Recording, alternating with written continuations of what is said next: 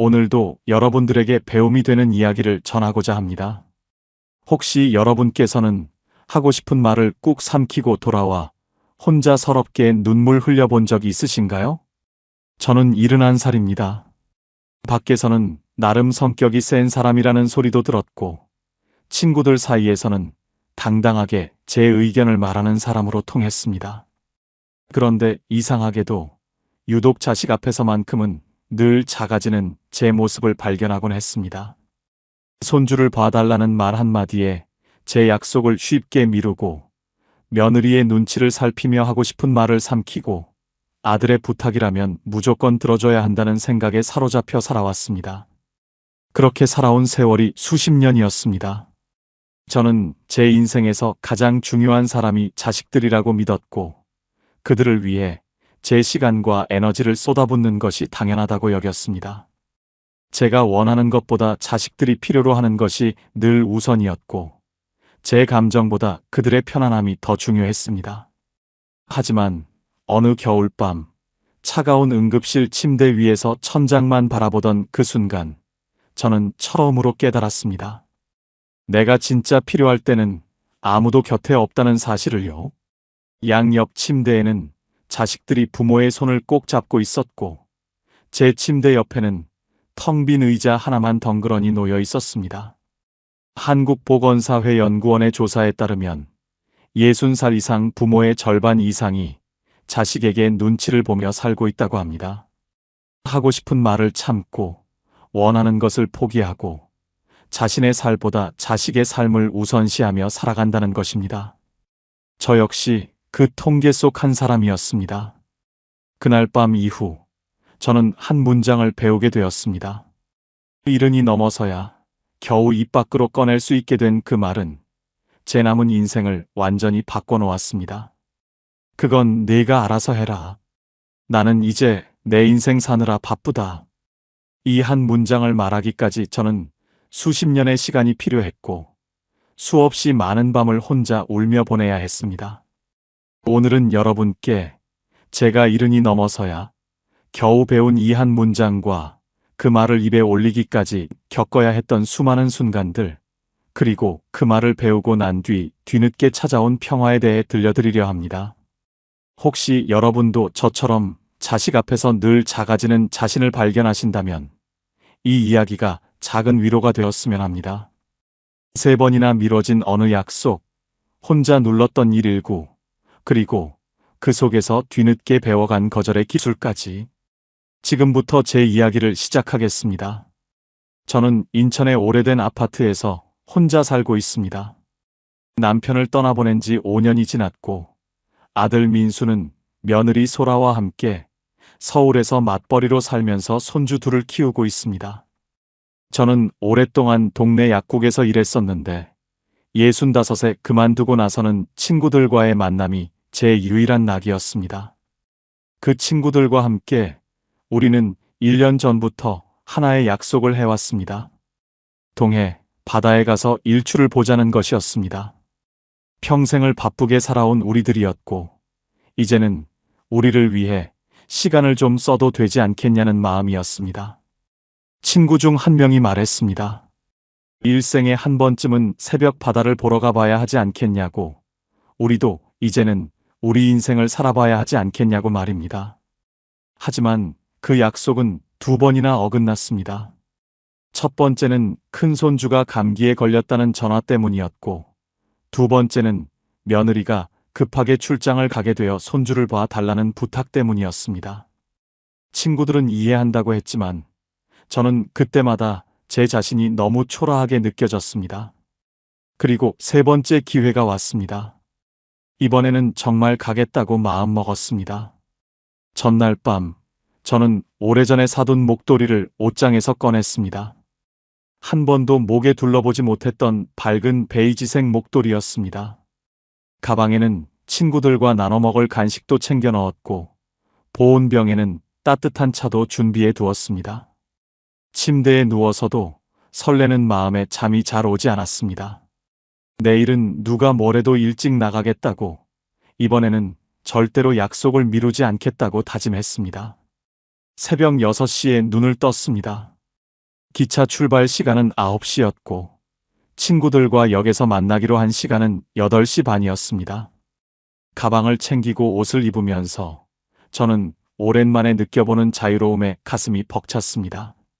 오늘 하루만큼은 누구의 엄마도 할머니도 아닌 그냥 박영희로 살 수 있을 것 같았습니다. 그런데 7시 20분쯤 휴대폰이 울렸습니다. 아들 민수였습니다. 그 시각에 걸려오는 전화가 좋은 소식일 리 없다는 것을 저는 본능적으로 알았습니다. 전화를 받는 제 손이 미세하게 떨렸습니다. 아들은 조심스러운 목소리로 말했습니다. 오늘 아침에 어린이집에서 긴급 문자가 왔다고 했습니다. 독감 의심 환자가 발생해서 긴급 휴원을 한다는 내용이었고 큰아이를 오늘 하루만 봐줄 수 있냐고 물었습니다. 아내는 중요한 회의가 있어서 절대 빠질 수 없고 자신도 오늘 고객사 미팅이 있어서 어쩔 수 없다는 설명이 이어졌습니다. 저는 손에 들고 있던 가방을 내려놓았습니다. 거울에 비친 제 모습이 보였습니다.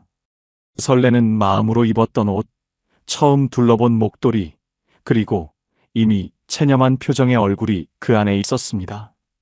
머릿속에서는 빠르게 계산이 돌아갔습니다. 기차 시간, 예매해둔 표, 역에서 저를 기다릴 친구들의 얼굴, 그리고 손주가 집에 혼자 있을 수 없다는 현실이 저울질되었습니다. 결국 저는 말했습니다. 알았다고 민수가 출근하기 전에 아이를 데려오라고 했습니다. 전화를 끊고 나서 저는 친구들에게 단체 카톡을 보냈습니다. 얘들아, 미안해. 급한 일이 생겨서 이번에도 못 갈 것 같아. 다음에 꼭 같이 가자. 그렇게 짧은 메시지를 보내고 저는 한참 동안 휴대폰 화면을 바라보고 있었습니다. 친구들의 답장이 하나씩 올라왔습니다. 또야? 그래, 어쩔 수 없지. 몸 챙겨. 그 말들이 위로가 되기는커녕 오히려 더 가슴이 아팠습니다. 저는 가방에서 간식을 꺼내고 보온병에 물을 버리고 목도리를 다시 옷장에 넣었습니다. 그리고 거실 소파에 앉아서 아들이 손주를 데려올 때까지 멍하니 시계만 바라보고 있었습니다. 그 순간 알았습니다. 내 약속은 이렇게 3번도 미뤄지는데 자식 부탁은 단 한 번도 거절하지 못하는구나. 그게 더 슬펐습니다. 그날도 결국 손주를 봤습니다. 아침부터 저녁까지 온종일 아이와 함께 있었고 점심은 아이가 좋아하는 된장찌개를 해주었고 오후에는 근처 놀이터에 데려가서 그네를 밀어주었습니다. 저녁 6시쯤 아들이 아이를 데리러 왔을 때 저는 이미 온몸이 천근만근처럼 무거웠습니다. 아들은 고맙다는 말 한마디 남기고 서둘러 돌아갔고 저는 텅 빈 거실 소파에 주저앉아 한참을 그대로 있었습니다. 저녁을 먹을 기운도 없었습니다. 냉장고에서 우유 한 잔을 꺼내 마시고 그냥 침대에 누웠습니다. 그런데 밤 10시쯤 오른쪽 윗배가 묵직하게 아프기 시작했습니다. 처음에는 소화가 안 됐나 보다 싶었습니다. 낮에 된장찌개를 너무 짜게 끓였던 것 같기도 했고 점심을 제대로 먹지 못한 채 아이만 챙기느라 속이 쓰렸던 것 같기도 했습니다. 하지만 시간이 지날수록 통증은 점점 더 심해졌습니다. 자리에 누워 있을 수가 없어서 일어나 앉았다가 앉아 있기도 힘들어서 다시 누웠다가를 반복했습니다. 등에서는 식은땀이 흘러내렸고 숨을 쉴 때마다 배가 조이는 것 같았습니다. 시계를 보니 자정을 넘긴 시각이었습니다.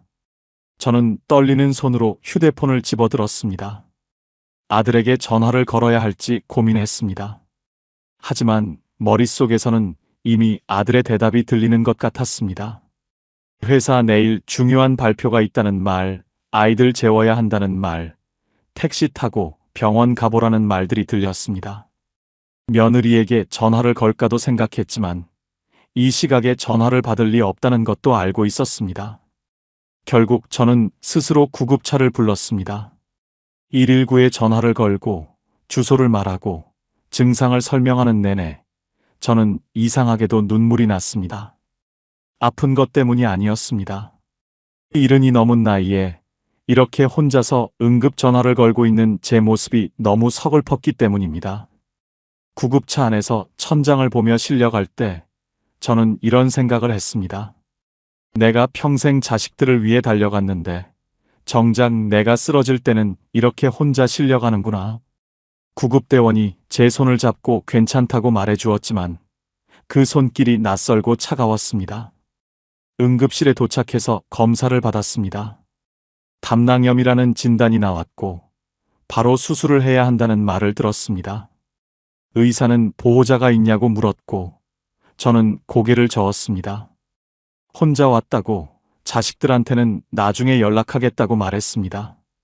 의사는 응급수술이라 보호자 없이도 제 동의만 있으면 진행할 수 있다고 설명했습니다. 수술 동의서에 떨리는 손으로 사인을 하면서 저는 이런 중요한 순간에도 혼자라는 사실이 믿기지 않았습니다. 마취가 되기 직전 저는 천장의 하얀 조명을 바라보며 마지막 생각을 했습니다. 만약 이 수술에서 깨어나지 못한다면 자식들은 엄마가 마지막 순간을 혼자 보냈다는 사실을 알게 될 것이고 그때서야 미안해할까? 그런 생각들이 스쳐 지나갔고 그 다음은 아무것도 기억나지 않습니다. 수술을 마치고 깨어났을 때 저는 회복실 침대 위에 누워 있었습니다. 희미한 의식 속에서 주변을 둘러보니 양옆 침대에는 보호자들이 환자의 손을 꼭 잡고 있었습니다. 딸로 보이는 젊은 여성이 어머니의 이마를 쓰다듬고 있었고 아들로 보이는 중년 남성이 아버지 침대 옆 의자에 앉아 졸고 있었습니다. 제 침대 옆에는 접힌 휠체어 하나와 텅 빈 의자 하나만 있었습니다. 간호사가 지나가다가 제게 물었습니다. 보호자는 언제 오시냐고, 필요한 물건은 없냐고 물었습니다. 저는 괜찮다고 혼자서도 할 수 있다고 대답했지만 그 말을 하는 제 목소리가 떨리고 있다는 것을 느꼈습니다. 그날 밤은 참 길었습니다. 병실의 형광등은 너무 밝았고 복도에서 들려오는 발소리와 기계음들은 너무 시끄러웠습니다. 저는 천장을 바라보며 처음으로 이런 생각을 했습니다. 내가 진짜 필요할 때는 아무도 곁에 없구나. 내가 평생 자식들 곁을 지켰는데 정작 내가 쓰러졌을 때는 이 차가운 병실에 혼자 누워 있구나. 독일의 철학자 쇼펜하우어는 이렇게 말했습니다. 자기 자신을 존중하지 않는 사람은 남에게도 존중받기 어렵다고 말입니다. 그날 밤 저는 그 말의 의미를 비로소 이해하게 되었습니다. 여러분은 혹시 가장 아플 때 가장 외로웠던 순간이 언제였는지 떠오르시나요? 병실에서 보낸 그 긴 밤 동안 저는 제 인생을 되돌아보았습니다. 어떻게 이렇게 되었을까? 언제부터 이렇게 혼자가 되어버렸을까 하는 생각들이 끝없이 이어졌습니다. 생각해보니 저는 평생을 누군가를 위해 자리를 비워두며 살아왔습니다. 젊었을 때는 남편을 위해, 남편이 떠나고 나서는 오로지 자식을 위해 제 시간과 공간을 내어주었습니다. 아들 민수가 결혼하고 손주가 태어났을 때 저는 당연하다는 듯이 제 삶을 접고 그들의 삶 속으로 들어갔습니다. 맞벌이를 하는 아들 부부와 함께 살기 시작한 것은 큰 손주가 태어나고 석 달쯤 지났을 때였습니다. 며느리가 육아휴직을 마치고 복직을 앞두고 있었고 아들은 조심스럽게 물었습니다. 엄마가 와서 같이 살면서 아이를 봐줄 수 있겠냐고. 어린이집은 아직 어리고 아프기라도 하면 걱정이라고 말했습니다. 저는 고민하지 않았습니다. 당연히 가야 한다고 생각했습니다. 손주를 남의 손에 맡기는 것보다 할머니가 보는 게 낫다고, 자식들이 마음 편히 일할 수 있게 해줘야 한다고 믿었습니다. 제가 살던 인천 집을 세놓고 짐을 정리해서 서울 아들 집으로 갔습니다. 그때 저는 66이었습니다. 함께 살기 시작하면서 저는 자연스럽게 집안일의 대부분을 맡았습니다. 새벽 6시에 일어나서 아침 준비를 하고 아이들 도시락을 싸고 손주를 깨워 밥을 먹이고 옷을 입혔습니다. 아들 부부가 출근하고 나면 집안 청소를 하고 빨래를 돌리고 손주와 함께 근처 공원에 나갔습니다. 오후에는 손주 낮잠을 재우고 저녁장을 보고 다시 저녁 준비를 했습니다. 아들 부부가 퇴근하면 제 하루는 거의 끝나 있었지만 손주는 엄마 아빠를 보고 신이 나서 다시 놀자고 보챘습니다. 저는 피곤한 며느리 대신 손주를 데리고 방에 들어가서 책을 읽어주거나 놀아주었습니다. 밤 10시가 넘어서야 제 방에 들어갈 수 있었고 침대에 누우면 온몸이 천근만근이었습니다. 그렇게 3년을 살았습니다. 둘째 손주가 태어나고 나서도 똑같은 일상이 이어졌습니다.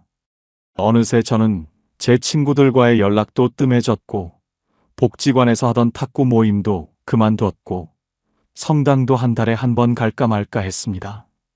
약속을 잡아도 손주가 아프거나 며느리가 야근을 하거나 아들이 회식이 있으면 취소하는 일이 반복되었습니다. 친구들은 처음에는 이해한다고 했지만 점점 저를 약속에서 빼기 시작했습니다. 어차피 못 온다는 걸 알기 때문이었습니다. 어느 날 친구 중 한 명이 말했습니다. 영희야, 너는 내 인생을 사는 게 아니라 자식 인생을 대신 사는 것 같아. 그 말을 들었을 때 저는 화가 났습니다. 이게 엄마의 도리 아니냐고, 자식 돕는 게 뭐가 잘못이냐고 되물었습니다. 하지만 병실 침대에 누워서 그 말을 다시 떠올리니 친구가 옳았다는 생각이 들었습니다. 저는 정말로 제 인생을 살지 않았습니다. 제 시간표는 항상 자식들의 필요에 맞춰져 있었고 제 일정은 언제든지 취소될 수 있는 것이었습니다. 제가 원하는 것보다 자식들이 필요로 하는 것이 늘 우선이었고 제 감정보다 그들의 편안함이 더 중요했습니다. 3년을 함께 살다가 다시 인천 집으로 돌아온 것은 큰 손주가 초등학교에 입학하면서였습니다. 아들은 이제 아이들이 컸으니 엄마가 좀 쉬라고 했고 며느리도 이제는 자기들끼리 해볼 만하다고 말했습니다. 저는 그 말이 고맙게 들렸지만 동시에 이상하게 씁쓸했습니다. 필요할 때는 불러놓고 이제 필요 없으니 돌아가라는 말처럼 들렸기 때문입니다. 집으로 돌아왔지만 그것으로 끝이 아니었습니다. 손주가 아프면 달려가야 했고 방학이 되면 또 와달라는 연락이 왔습니다. 며느리가 출장을 가거나 아들이 야근을 하면 저녁 식사 준비를 해달라는 부탁이 왔습니다. 저는 그때마다 가방을 싸서 서울로 향했습니다. 제 약속을 미루고 제 계획을 접고 언제든지 달려갈 준비가 되어 있는 엄마로 살았습니다. 그렇게 살면서 저는 한 번도 의심하지 않았습니다. 이게 당연한 것이고 이게 엄마의 역할이고 이렇게 사는 것이 자식을 사랑하는 방법이라고 믿었습니다. 하지만 병실에서 혼자 천장을 바라보며 깨달았습니다. 저는 사랑한다고 믿었지만 사실은 나 자신을 버리고 있었다는 것을요. 여러분은 자녀를 도우면서도 동시에 나 자신을 돌보는 시간을 얼마나 남겨두고 계신가요? 수술 후 일주일을 병원에서 보내고 집으로 돌아왔습니다. 아들이 퇴원하는 날 차를 가지고 왔고 며느리가 집에 반찬을 몇 가지 만들어 놓았습니다. 그들은 괜찮냐고 물었고 저는 괜찮다고 대답했습니다. 아들 부부는 1시간쯤 있다가 돌아갔고 저는 다시 혼자가 되었습니다. 집으로 돌아온 첫날 밤, 저는 침대에 누워 천장을 바라보았습니다. 몸은 여전히 무겁고 수술 부위가 욱신거렸지만 마음 한구석이 묘하게 가벼운 느낌이 들었습니다. 병실에서 혼자 밤을 보내며 했던 생각들이 다시 떠올랐습니다. 이제부터는 내 인생에 나를 다시 앉히자, 내 시간을 내가 지키자, 자식들의 부탁에 무조건 그렇다고 말하지 말자는 다짐들이었습니다. 퇴원하고 이틀쯤 지났을 때 저는 동네 슈퍼마켓에 장을 보러 나갔습니다. 아직 몸이 완전히 회복되지 않아서 천천히 걸으며 필요한 것들을 골랐습니다. 계산을 마치고 나오는 길에 문화센터 게시판에 붙어있는 포스터 하나가 눈에 들어왔습니다. 서예 초급반 수강생 모집이라는 제목이었고 매주 화요일과 목요일 오후 2시부터 4시까지 수업이 있다는 내용이었습니다. 저는 그 앞에 한참을 서 있었습니다. 젊었을 때 붓글씨를 좋아했던 기억이 났습니다. 결혼하고 아이를 낳고 살림을 하느라 언제부터인가 완전히 잊고 지낸 취미였습니다. 포스터를 보며 생각했습니다. 일주일에 이틀, 4시간씩이면 8시간입니다. 이 정도는 나를 위해 써도 되지 않을까? 이제는 내가 하고 싶은 것을 해도 되지 않을까 하는 생각이 들었습니다. 집에 돌아와서 문화센터에 전화를 걸었습니다. 아직 자리가 있다는 대답을 듣고 떨리는 목소리로 등록하고 싶다고 말했습니다. 수강료를 입금하고 나서 저는 이상하게도 가슴이 두근거렸습니다. 오랜만에 느껴보는 설렘이었습니다. 누군가를 위한 것이 아니라 오로지 나를 위한 선택을 했다는 사실이 낯설면서도 좋았습니다. 첫 수업 날이 되었습니다. 오후 1시쯤 집을 나서며 거울을 봤는데 제 얼굴에 미소가 지어져 있었습니다. 문화센터에 도착해서 교실 문을 열었을 때 저와 비슷한 또래의 여성분들이 이미 자리에 앉아 계셨습니다. 선생님은 친절하게 자리를 안내해 주셨고 제 앞에는 새하얀 한지와 먹, 붓이 놓여 있었습니다. 먹을 갈 때 나는 냄새, 붓으로 한지를 쓸 때 나는 서걱거리는 소리, 옆자리 분들과 나누는 작은 웃음소리들이 모두 좋았습니다. 2시간 동안 저는 완전히 그 시간 속에 빠져들었습니다. 손주 생각도 자식 걱정도 아무것도 떠오르지 않았습니다. 그저 붓 끝에 집중하고 한 획 한 획 정성스럽게 쓰는 것만으로도 마음이 편안해졌습니다. 수업이 끝나고 집으로 돌아오는 길, 저는 이런 생각을 했습니다. 아, 나도 누군가의 엄마가 아니라 박영희라는 이름으로 있을 수 있구나. 내가 하고 싶은 것을 하면서 시간을 보낼 수 있구나. 이렇게 단순한 사실이 그토록 새롭게 느껴졌습니다. 바로 그날 저녁 며느리에게서 전화가 왔습니다. 다음 주 목요일에 남편 회사 사람들과 저녁 모임이 있는데 그날 아이들 저녁을 챙겨줄 수 있냐는 부탁이었습니다. 저는 순간 멈칫했습니다. 목요일은 제 서예 수업이 있는 날이었습니다. 예전에 저였다면 아무 고민 없이 그렇다고 대답했을 것입니다. 내 수업 따위는 중요하지 않고 며느리의 모임이 더 우선이라고 생각했을 것입니다. 하지만 이번에는 달랐습니다. 저는 수화기를 꽉 쥐고 심호흡을 한 번 했습니다. 그리고 최대한 부드러운 목소리로 말했습니다. 미안하지만 그날은 내가 수업이 있어서 어려울 것 같다고. 다른 날은 괜찮으니까 그날 말고 다른 날로 잡을 수 있는지 물어보라고 말했습니다.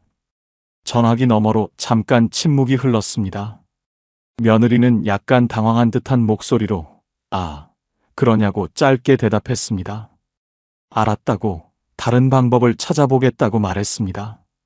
전화를 끊고 나서 저는 소파에 주저앉았습니다. 가슴이 쿵쾅거렸고 손에서는 땀이 났습니다. 내가 방금 뭘 한 거지? 며느리가 서운해하지 않을까? 내가 이기적인 엄마가 된 건 아닐까 하는 생각들이 머릿속을 가득 채웠습니다. 하지만 동시에 어깨가 조금 펴지는 느낌도 들었습니다. 제 입으로 제 시간을 지켰다는 사실이 두렵기도 했지만 한편으로는 뿌듯하기도 했습니다. 미국의 심리학자 브레네 브라운은 이렇게 말했습니다. 경계는 사랑의 반대가 아니라 사랑을 건강하게 지키는 선이라고 말입니다. 저는 그날 밤 그 말의 의미를 조금씩 이해하기 시작했습니다. 여러분은 마지막으로 자식의 부탁을 정중하게 거절해 본 게 언제였나요?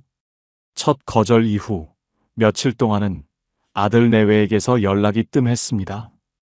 평소 같으면 하루에 한두 번씩 오던 카톡이나 전화가 거의 오지 않았습니다. 저는 휴대폰을 볼 때마다 불안했습니다. 혹시 제가 너무 이기적으로 행동한 건 아닐까? 며느리가 서운해하는 건 아닐까? 제 거절로 인해 관계가 나빠진 건 아닐까 하는 걱정들이 끊임없이 마음을 짓눌렀습니다. 밤에 잠을 자려고 누우면 자꾸 아들 부부의 프로필 사진이 떠올랐습니다.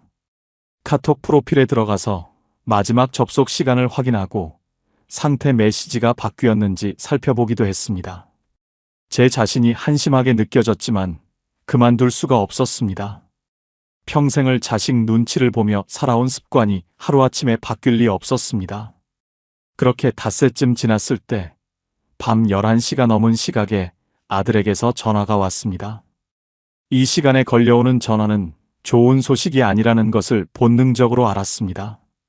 전화를 받자마자 들려온 아들의 목소리는 술에 취해 있었습니다. 말끝이 흐려지고 평소와 다르게 감정이 실려 있었습니다. 아들은 말했습니다. 엄마, 소라랑 오늘 크게 싸웠다고. 서로 한마디씩 주고받다가 결국 며느리가 아이들 데리고 친정에 가버렸다고 말했습니다. 그러면서 내일 아침에 엄마가 소라한테 전화해서 좀 말해달라고, 엄마 말이라면 소라도 들을 거라고 부탁했습니다. 저는 침대에 앉은 채로 창밖을 바라보았습니다. 어둠 속에서 희미하게 보이는 아파트 불빛들이 눈에 들어왔습니다. 예전에 저였다면 어떻게 했을까 생각해 보았습니다. 아마도 그 자리에서 며느리에게 전화를 걸었을 것입니다. 양쪽 이야기를 다 듣고 누구 편도 들지 않는 척하면서 사실은 아들 편을 들고 며느리를 달래고 설득해서 집으로 돌아오게 만들었을 것입니다. 그리고 그 과정에서 저는 온갖 감정적 소모를 겪었을 것입니다. 아들한테는 내가 잘못했다고 말하면서도 며느리한테는 민수가 원래 그런 게 아니라 요즘 회사 일이 힘들어서 그렇다고 변명하고, 양쪽 눈치를 보며 제 말 한마디 한마디를 조심하고 결국 둘 다에게 좋은 소리 못 듣는 중간 사람이 되었을 것입니다. 한 조사에 따르면 60대 이상 부모의 상당수가 자녀 부부의 갈등에 반복적으로 개입하고 있으며, 이러한 정서적 중재 역할이 노년기 우울감과 스트레스의 주요 원인 중 하나라고 합니다. 저 역시 그런 부모 중 한 사람이었습니다. 하지만 이번에는 달랐습니다. 저는 깊게 숨을 들이쉬고 최대한 차분한 목소리로 말했습니다. 민수야, 그건 엄마가 끼어들 일이 아니다. 부부 사이에 문제가 생겼으면 너희 둘이 대화로 풀어야지. 엄마가 중간에서 이러쿵저러쿵 말하는 게 무슨 소용이겠니? 너는 어른이고 소라도 어른인데 너희 문제는 너희가 알아서 해결해야 한다고 말했습니다. 전화기 너머로 아들의 당황한 침묵이 흘렀습니다. 잠시 후 아들은 불만 섞인 목소리로 말했습니다. 엄마가 그렇게 나오면 나는 어떡하라는 거냐고. 다른 집 엄마들은 다 며느리한테 전화해서 달래주고 그런다고. 엄마만 이렇게 매정하다고 말했습니다. 그 말을 듣는 순간 제 가슴이 철렁 내려앉았습니다. 매정하다는 말이 칼처럼 가슴을 찔렀습니다. 하지만 저는 흔들리지 않으려고 애썼습니다. 민수야, 엄마가 매정한 게 아니라 너를 진짜 어른으로 대하는 거다. 내 문제는 내가 책임져야 한다. 내일 술 깨고 소라한테 먼저 연락해서 대화해 보거라. 그렇게 말하고 전화를 끊었습니다. 전화를 끊고 나서 저는 한참 동안 침대에 앉아 있었습니다. 심장이 너무 빠르게 뛰어서 가슴에 손을 얹어야 할 정도였습니다. 제가 방금 무슨 일을 한 건지, 아들이 저를 어떻게 생각할지, 며느리는 또 어떻게 받아들일지 온갖 생각들이 머릿속을 휘저었습니다. 하지만 동시에 이런 생각도 들었습니다. 내가 평생 그들의 문제를 대신 해결해주면서 오히려 그들이 스스로 문제를 풀어갈 기회를 빼앗은 건 아니었을까? 내가 항상 중간에서 완충 역할을 하면서 그들이 진짜 어른으로 성장할 수 없게 만든 건 아니었을까 하는 생각이 들었습니다. 그날 밤 저는 잠을 제대로 이루지 못했습니다. 하지만 잠들기 전 마지막으로 떠올린 생각은 이것이었습니다. 나는 오늘 옳은 일을 했다. 비록 두렵고 불안하지만 이제는 선을 그어야 할 때다. 여러분은 혹시 자식 부부의 싸움에 중간 사람이 되어 본 적이 있으신가요? 6장. 냉전의 시간, 그리고 이상한 평온. 그 전화 이후 아들 내외와의 관계는 확실히 달라졌습니다.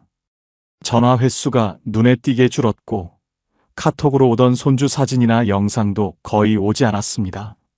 명절이 다가왔을 때도 간단한 안부 문자만 왔을 뿐, 예전처럼 언제 올 거냐는 질문이나 뭘 준비하면 좋겠냐는 상의는 없었습니다. 저는 그 침묵이 무섭고 불안했습니다. 밤마다 휴대폰을 들여다보며 혹시 연락이 왔나 확인했고 아무 알림이 없는 화면을 보며 한숨을 쉬었습니다. 거실 식탁 위에는 며칠 전에 마시다 남긴 컵이 그대로 엎어져 있었고 달력은 넘기는 것조차 잊은 채 지난달에 멈춰 있었습니다. 저녁마다 텔레비전을 켜놓았지만 무슨 프로그램이 나오는지 제대로 보이지 않았습니다. 그저 조용한 집안에 소리가 있어야 할 것 같아서 켜둔 것뿐이었습니다. 혼자 밥을 먹을 때면 수저를 들고 있다가도 문득 멈춰 서곤 했습니다. 내가 나쁜 엄마가 된 걸까? 자식들이 저를 원망하고 있을까? 이대로 관계가 끊어지는 건 아닐까 하는 생각들이 밥맛을 빼앗아갔습니다. 친구들에게 전화를 걸어 하소연하고 싶었지만 차마 입 밖으로 꺼내지 못했습니다.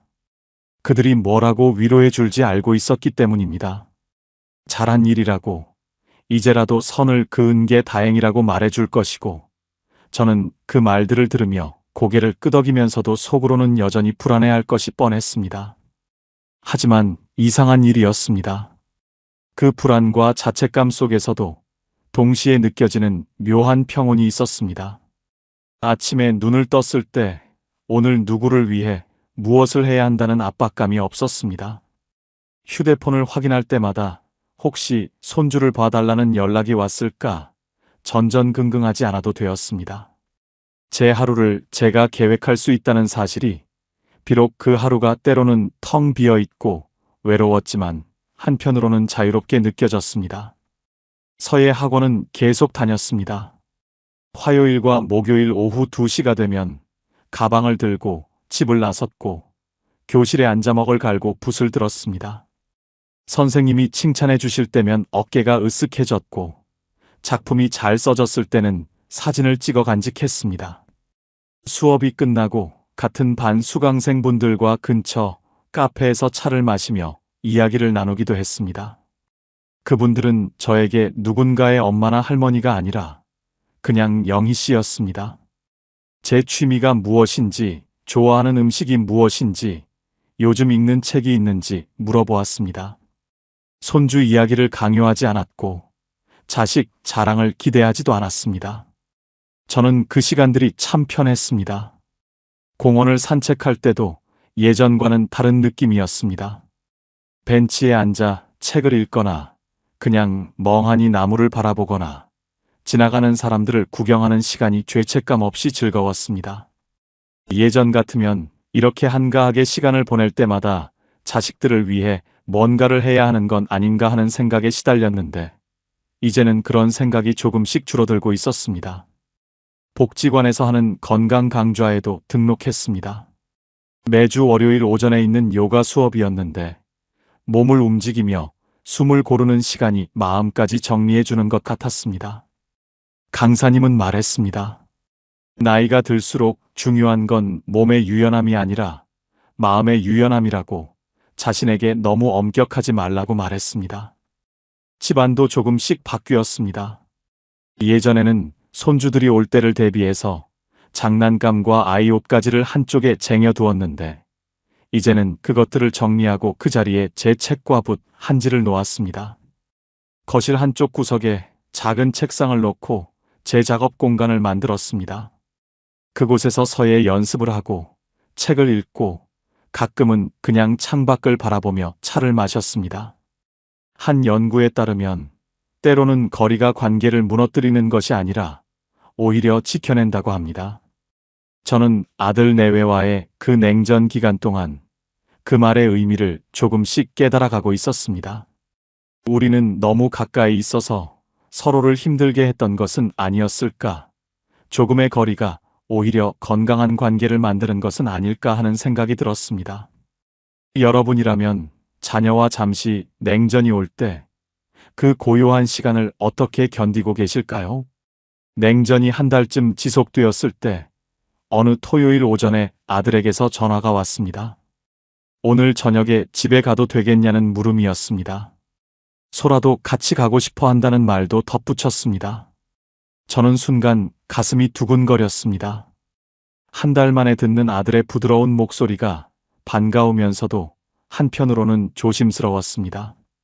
저녁 6시쯤 초인종이 울렸습니다. 문을 열자 아들과 며느리가 서 있었고 아들 손에는 과일 상자가, 며느리 손에는 건강식품 포장이 들려 있었습니다. 손주들은 학원에 보내고 둘이만 왔다고 했습니다. 저는 그들을 맞이하며 묘한 긴장감을 느꼈습니다. 이렇게 준비해서 오는 것은 무언가 할 말이 있을 때라는 것을 알고 있었기 때문입니다. 저녁을 차려놓고 함께 식사를 했습니다. 대화는 조심스러웠습니다. 손주들 이야기, 날씨 이야기, 동네 소식 같은 가벼운 주제들이 오갔습니다. 밥을 먹고 설거지를 하는 동안에도 그들은 거실 소파에 나란히 앉아 기다렸습니다.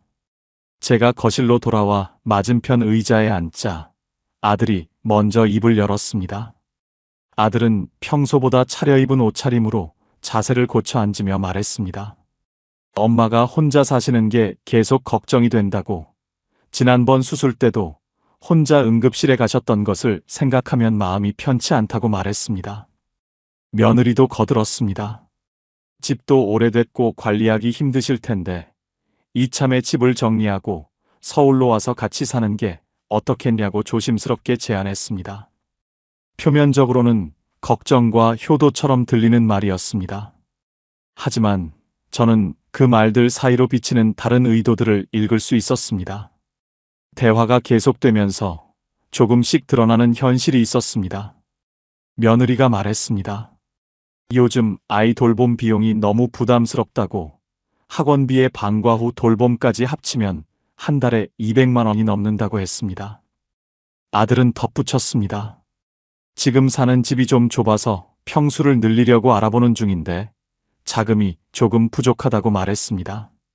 그러면서 엄마 집 전세금이나 매매금을 보태면 훨씬 나은 집으로 옮길 수 있을 것 같다는 이야기가 나왔습니다. 저는 차를 한 모금 마시며 그들의 얼굴을 바라보았습니다. 진심으로 제 걱정을 하는 마음도 있겠지만 동시에 현실적인 계산이 깔려 있다는 것을 느낄 수 있었습니다. 제가 함께 살면 손주 돌봄 문제가 해결되고 제 집을 정리하면 그들의 주거 문제에도 보탬이 된다는 계산 말입니다. 아들은 계속 말했습니다. 엄마 혼자 계시면 외롭기도 하고 건강도 걱정되니까 같이 살면 서로 의지가 될 거라고 했습니다. 하지만 정작 제 시간을 어떻게 보장해 줄 것인지, 제가 하고 싶은 일을 할 수 있을지에 대한 이야기는 없었습니다. 그저 함께 살면 좋을 거라는 막연한 말만 반복될 뿐이었습니다. 저는 잠시 침묵했습니다. 찻잔을 내려놓고 창밖을 바라보았습니다. 머릿속에서는 빠르게 생각이 정리되고 있었습니다. 진짜 나를 위한 제안이라면 내가 서예 학원을 계속 다닐 수 있을지, 내 친구들을 만날 시간이 있을지, 내 방에서 혼자만의 시간을 가질 수 있을지부터 먼저 물어봤어야 하는 것 아닌가 하는 생각이 들었습니다. 한 조사에 따르면 노년기 동거나 합가가 항상 행복을 보장하지 않으며 오히려 세대 간 갈등과 돌봄 부담을 키우는 경우가 적지 않다고 합니다. 특히 명확한 역할 분담과 개인 공간 보장 없이 시작된 동거는 관계 악화의 원인이 되는 경우가 많다고 합니다. 저는 천천히 입을 열었습니다. 생각해주는 마음은 정말 고맙다고, 하지만 나는 지금 이 집에서 내 마음대로 사는 이 시간이 좋다고 말했습니다. 서예도 배우고 친구들도 만나고 내가 하고 싶은 것들을 하면서 살고 있는데 이 생활을 포기하고 싶지 않다고 했습니다. 내 노후는 내가 알아서 할 테니 걱정하지 말라고 덧붙였습니다. 아들의 얼굴이 굳어졌습니다. 며느리는 당황한 표정으로 아들을 쳐다보았습니다. 아들이 말했습니다. 요즘 같은 세상에 같이 살자는 자식들이 어디 있냐고, 엄마가 너무 이기적으로 나오는 것 같다고 말했습니다. 그 말을 들으며 저는 가슴이 철렁했지만 동시에 이상하게 마음이 단단해지는 것을 느꼈습니다. 저는 조용히 대답했습니다. 내가 이기적인 게 아니라 이제는 내 삶을 내가 선택하고 싶다는 거라고. 너희와 함께 사는 것도 좋지만 그건 내가 준비되었을 때 내 선택으로 하고 싶다고 말했습니다. 지금은 혼자 사는 게 나한테는 더 맞는 것 같다고 했습니다. 그날 밤 아들 내외는 서운한 표정으로 돌아갔습니다. 문을 닫고 혼자 남은 거실에서 저는 한참을 서 있었습니다. 제 선택이 옳은 것인지 확신할 수 없었지만 적어도 제 마음의 솔직한 선택이었다는 것만은 분명했습니다. 여러분이라면 이 제안을 어떻게 들으셨을까요? 합가 제안을 거절한 이후 며칠 동안은 아무 연락이 없었습니다. 그러다가 사흘째 되는 날 저녁 아들에게서 전화가 왔습니다. 목소리에 짜증이 섞여 있었습니다. 엄마가 요즘 너무 변했다고, 예전 같지 않다고 말했습니다. 자식이 걱정해서 같이 살자고 하는데 그것도 거절하고 엄마가 요즘 너무 이기적으로 변한 것 같다고 따져 물었습니다. 저는 그 말을 들으며 가슴이 답답했습니다. 평생을 자식들 위해 살았는데 이제 내 삶을 조금 챙긴다고 이기적이라는 말을 듣게 되다니 억울했습니다. 하지만 동시에 이런 생각도 들었습니다. 아들은 제가 변한 게 아니라 제가 더 이상 그들의 필요에 따라 움직이지 않는다는 사실이 불편한 것이라고 말입니다. 그로부터 일주일쯤 지난 어느 날 또다시 전화가 왔습니다. 이번에는 급한 목소리였습니다.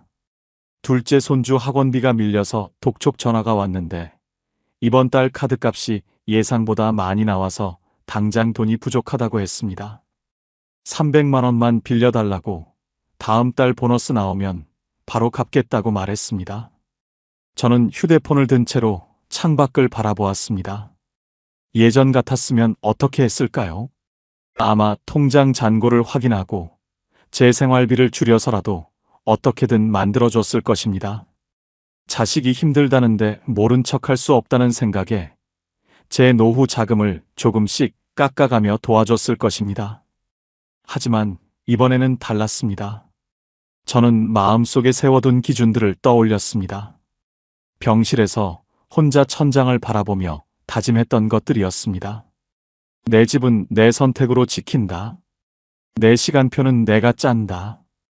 그리고 자식의 문제는 최대한 그들 몫으로 돌린다.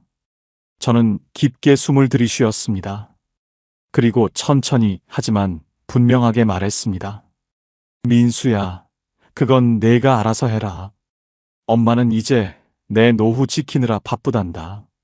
학원비가 급하면 학원을 잠시 쉬든지 아니면 너희 부부가 지출을 줄여서 해결해야지. 그게 엄마가 책임질 일은 아니다. 그 말을 하는 순간 제 목소리가 떨리고 있다는 것을 느꼈습니다. 심장은 빠르게 뛰었고 손에서는 땀이 났습니다. 전화기 너머로 아들의 당황한 침묵이 흘렀습니다. 잠시 후 아들이 말했습니다. 엄마가 정말 그렇게 나오시는 거예요? 자식이 힘들다는데 그냥 알아서 하라고요? 목소리에는 서운함과 분노가 섞여 있었습니다. 저는 눈을 감았습니다. 가슴이 덜컥 내려앉는 느낌이었지만 동시에 무언가가 단단하게 자리 잡는 느낌도 들었습니다. 민수야, 엄마가 매정한 게 아니야. 엄마도 내 노후를 준비해야 하고 내 생활을 지켜야 한다. 너희는 이제 어른이고 너희 가정의 문제는 너희가 책임져야 한다. 그게 진짜 독립이고 성장이란다. 아들은 더 이상 말하지 않았습니다. 알았다는 짧은 대답 후에 전화를 끊어버렸습니다. 저는 소파에 주저앉았습니다. 온몸에서 힘이 빠져나가는 것 같았습니다. 손은 떨렸고 눈물이 날 것 같았습니다. 제가 방금 무슨 일을 한 건지, 자식과의 관계가 완전히 끊어지는 건 아닌지 온갖 걱정과 두려움이 밀려왔습니다. 하지만 눈물을 닦고 나서 저는 이런 생각을 했습니다. 이 말은 자식을 버리는 말이 아니라 자식을 진짜 어른으로 세우는 말이다. 제가 평생 모든 문제를 대신 해결해 주면서 오히려 그들이 스스로 문제를 풀어갈 힘을 기르지 못하게 만든 것은 아니었을까요? 한 심리학자는 이렇게 말했습니다. 인생 후반부의 진짜 용기는 남을 위해 희생하는 것이 아니라 자기 삶을 지키는 데서 시작된다고 말입니다. 저는 그날 그 용기를 조금 배웠습니다. 그날 밤 저는 일기를 썼습니다. 오랜만에 꺼낸 일기장에 오늘 있었던 일을 적었습니다. 그리고 마지막에 이렇게 적었습니다. 오늘 나는 71살에 처음으로 내 인생의 주인이 되기로 결심했다. 무섭고 떨리지만 이제는 나를 위해 살아야 할 때다. 그 문장을 적고 나니 비로소 마음이 조금 가라앉았습니다. 여전히 불안했지만 적어도 제 선택이 틀리지 않았다는 확신은 들었습니다. 그건 네가 알아서 해라. 나는 이제 내 인생 사느라 바쁘다. 이 한 문장이 제 남은 인생을 바꿀 것이라는 예감이 들었습니다. 여러분도 혹시 그 말을 하지 못하고 계속 참고만 계신 건 아닌가요? 그 전화 이후 석 달쯤 시간이 흘렀습니다. 처음 2달은 정말 힘들었습니다. 아들에게서 연락이 거의 오지 않았고 손주들 목소리도 듣지 못했습니다. 밤마다 혹시 제가 너무 심하게 한 건 아닐까? 관계가 영영 회복되지 않으면 어쩌나 하는 걱정에 잠을 설쳤습니다. 하지만 서서히, 아주 천천히 변화가 시작되었습니다. 먼저 며느리에게서 짧은 문자가 왔습니다. 어머님, 요즘 날씨가 쌀쌀한데 건강 조심하세요. 그냥 그 한 줄이었지만 저는 그 문자를 여러 번 읽었습니다. 그리고 답장을 보냈습니다. 고맙다. 너희도 건강해라. 일주일쯤 후에는 아들에게서 전화가 왔습니다. 예전처럼 무언가를 부탁하는 전화가 아니었습니다. 그냥 안부를 묻는 전화였습니다. 엄마 식사는 잘 하시냐고, 병원은 정기적으로 다니시냐고, 불편한 곳은 없냐고 물었습니다. 목소리에서 예전의 당연함은 사라지고 조심스러움이 느껴졌습니다. 그리고 어느 주말 아들이 문자를 보냈습니다. 엄마, 이번 주말에 시간 되세요? 아이들이 할머니 보고 싶어 해서요. 저는 그 문자를 보며 미소를 지었습니다. 예전 같으면 그냥 오겠다고 통보했을 텐데 이제는 제 시간을 물어보고 있었습니다. 저는 답장을 보냈습니다. 토요일은 서예 전시회 보러 가기로 했는데 일요일 오후는 괜찮아?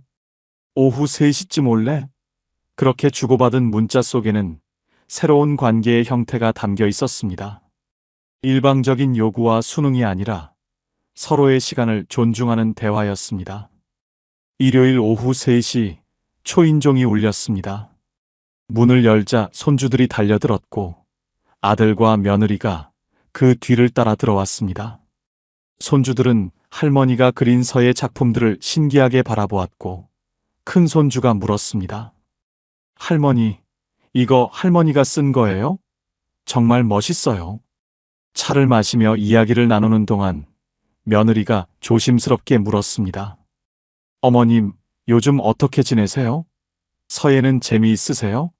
저는 대답했습니다. 재미있어. 이번에 문화센터에서 작은 전시회도 하는데 내 작품도 한 점 걸렸단다.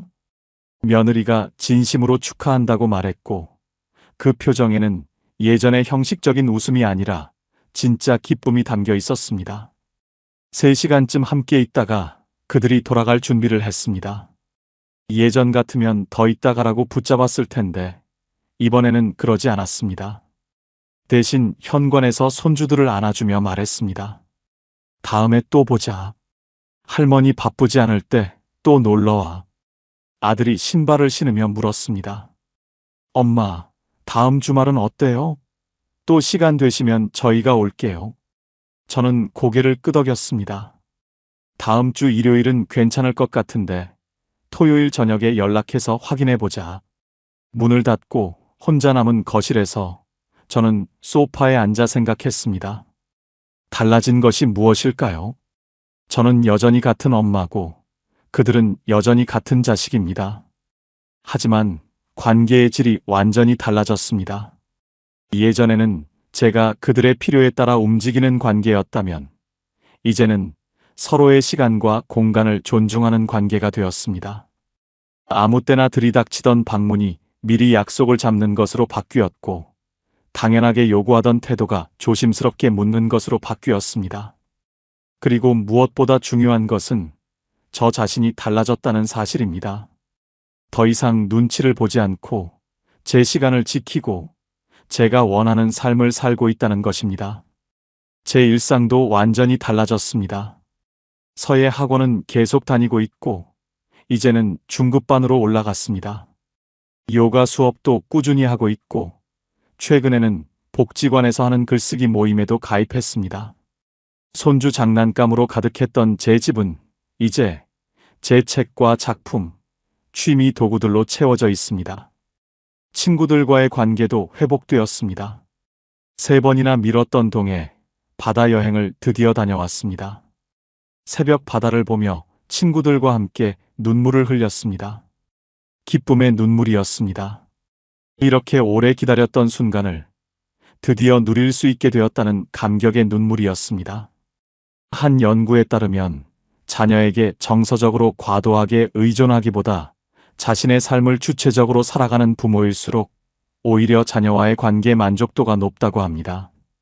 명확한 경계와 존중이 관계를 더 건강하게 만든다는 것입니다.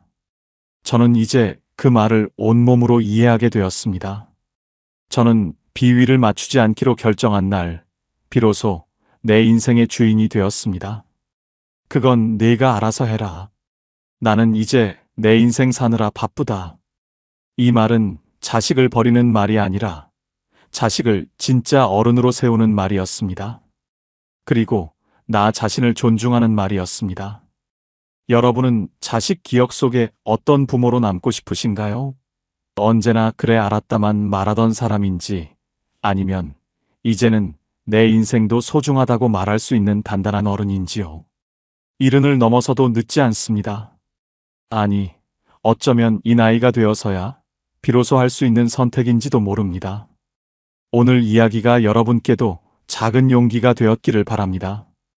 언젠가 여러분도 자녀에게 이렇게 말할 수 있기를 바랍니다. 그건 네가 알아서 해라. 나는 이제 내 인생 사느라 바쁘단다. 뒤늦게 배운 이 한 문장이 여러분의 남은 생을 조금 더 가볍게, 조금 더 자유롭게 만들어 드리기를 진심으로 바랍니다. 여러분도 새로운 시작을 할 수 있습니다. 나이는 숫자일 뿐, 진짜 인생은 지금부터입니다. 오늘도 여러분들에게 배움이 되는 이야기를 전하고자 합니다. 오늘도 여러분들에게 배움이 되는 이야기를 전하고자 합니다. 혹시 여러분께서는 가족이 건넨 말 한마디에 내가 아직 살아있는데도 벌써 내 몫이 끝난 사람처럼 느껴진 적이 있으신가요? 남편이 세상을 떠난 지 2달이 지났습니다.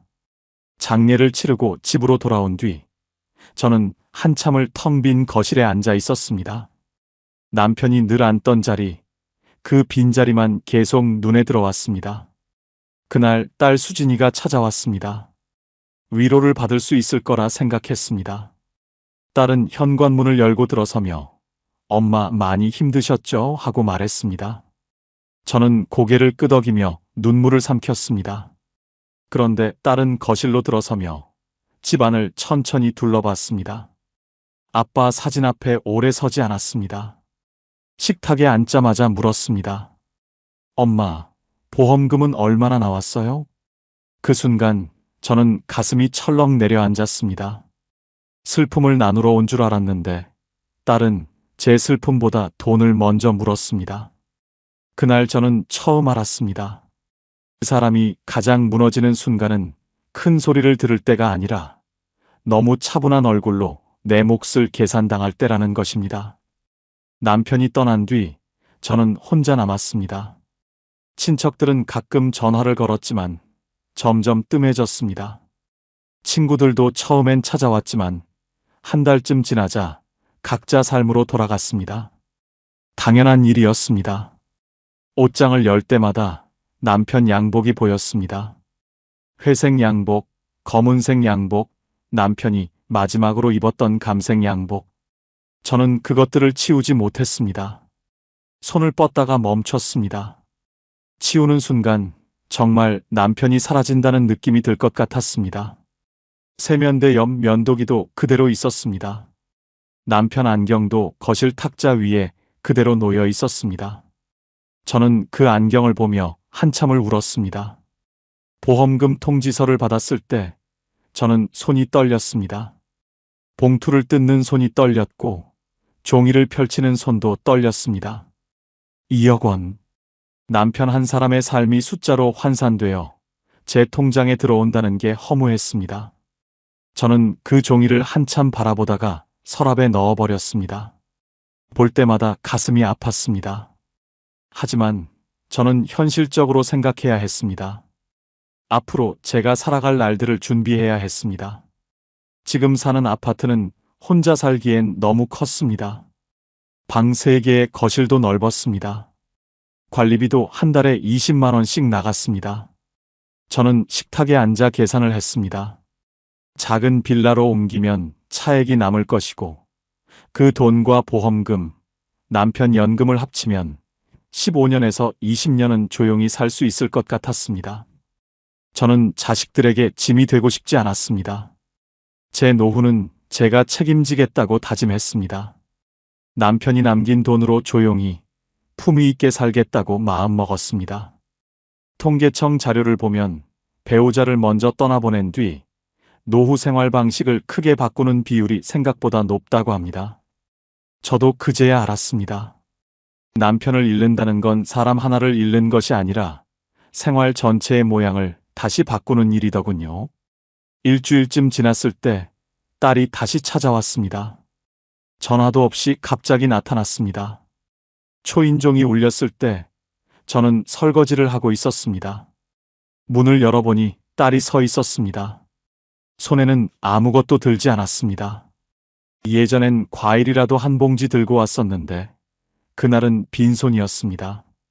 딸은 거실로 걸어가면서 집 안을 천천히 훑어봤습니다. 남편 영정 사진 앞을 지날 때도 멈추지 않았습니다. 예전엔 꼭 사진 앞에 서서 한참을 서 있곤 했는데 그날은 그냥 지나쳤습니다. 소파에 앉자마자 딸은 집 안을 둘러봤습니다. 천장을 보고 창문을 보고 거실 크기를 가늠하는 것처럼 보였습니다. 엄마 혼자 살기엔 좀 크지 않아요? 이 집? 저는 순간 가슴이 철렁했습니다. 지난번에도 비슷한 말을 했었는데 또 그 이야기였습니다. 저는 애써 태연한 척하며 대답했습니다. 아직은 괜찮아. 익숙한 곳이라 편하더라고. 그런데 딸은 거기서 멈추지 않았습니다. 딸은 냉장고를 열어봤습니다. 예전엔 냉장고를 열면 엄마 뭐 드세요? 하고 물었는데 그날은 그냥 훑어보기만 했습니다. 반찬이 몇 개 있는지, 우유는 있는지 그런 걸 확인하는 것 같았습니다. 딸은 냉장고 문을 닫고 다시 소파에 앉았습니다. 여기 관리비 많이 나오죠? 한 달에 얼마나 나와요? 20만 원 정도 나와. 겨울엔 난방비까지 하면 좀 부담되지 않아요? 30만 원 넘게 나오지 않아요? 질문들이 계속 이어졌습니다. 저는 점점 불편해졌습니다. 딸이 정말 제 생활비를 걱정해서 묻는 건지 아니면 다른 의도가 있는 건지 알 수 없었습니다. 저는 차를 한 잔 끓여서 딸 앞에 놓으며 물었습니다. 수진아, 무슨 일 있어? 왜 자꾸 집 이야기를 하는 거야? 딸은 잠시 머뭇거리더니 말했습니다. 아니에요. 그냥 엄마 혼자 계시니까 걱정돼서요. 이렇게 큰 집에서 혼자 사시면 관리도 힘들고 외로우시잖아요. 말은 그렇게 했지만 딸의 눈빛은 달랐습니다. 저는 오랜 세월 엄마를 해왔기 때문에 압니다. 자식이 뭔가 숨기고 있을 때 눈빛이 어떻게 변하는지. 딸은 분명 뭔가 다른 생각을 하고 있었습니다. 제 노후를 걱정하는 게 아니라 제 남은 것들의 크기를 가늠하고 있었습니다. 딸은 차를 한 모금 마시더니 또 다른 질문을 꺼냈습니다. 엄마, 요즘 혼자 사시는 분들 보면 다들 집 줄여서 가시던데요. 이 집 팔면 차액이 꽤 남을 텐데요. 저는 그 말에 등골이 서늘해졌습니다. 차액이 얼마나 남을지까지 계산하고 있었다는 뜻이었습니다. 그건 엄마가 천천히 생각해 볼게. 딸은 고개를 끄덕였지만 표정은 여전히 무언가 더 묻고 싶은 듯 했습니다. 잠시 침묵이 흘렀습니다. 그 침묵이 무겁게 느껴졌습니다. 딸은 잔을 내려놓으며 조심스럽게 말을 꺼냈습니다. 엄마, 그런데 아빠 보험금은 어떻게 하실 생각이세요? 그냥 저축해 두시는 거예요? 그 순간 저는 알았습니다. 딸이 오늘 찾아온 진짜 이유를. 집 이야기, 관리비 이야기, 그 모든 게 결국 이것으로 가기 위한 길이었다는 것입니다. 저는 천천히 대답했습니다. 아직 생각 중이야.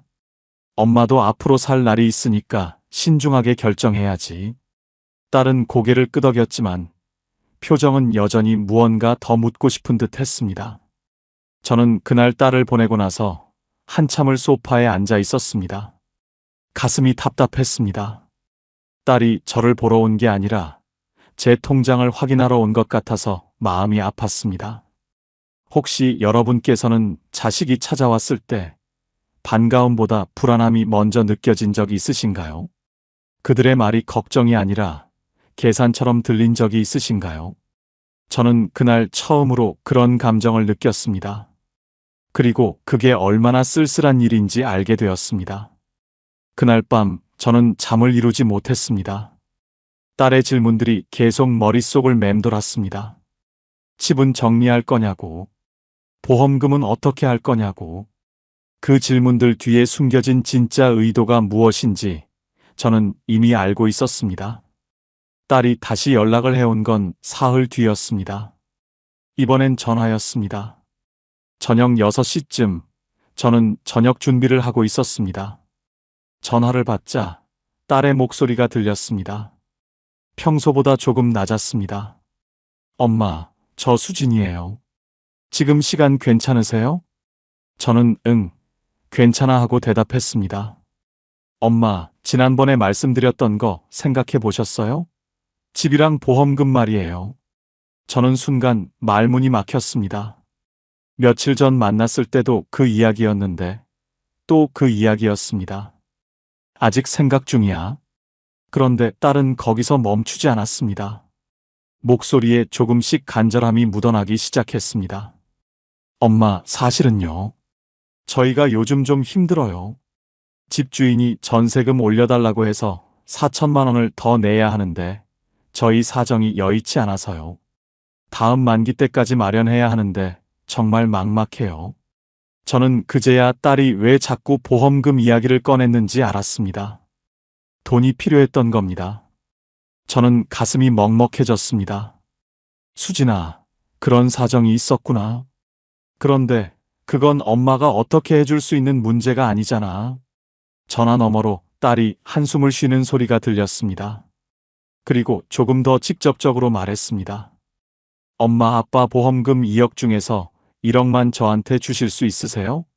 어차피 나중에 저한테 올 돈이잖아요. 지금 제가 너무 힘들어요.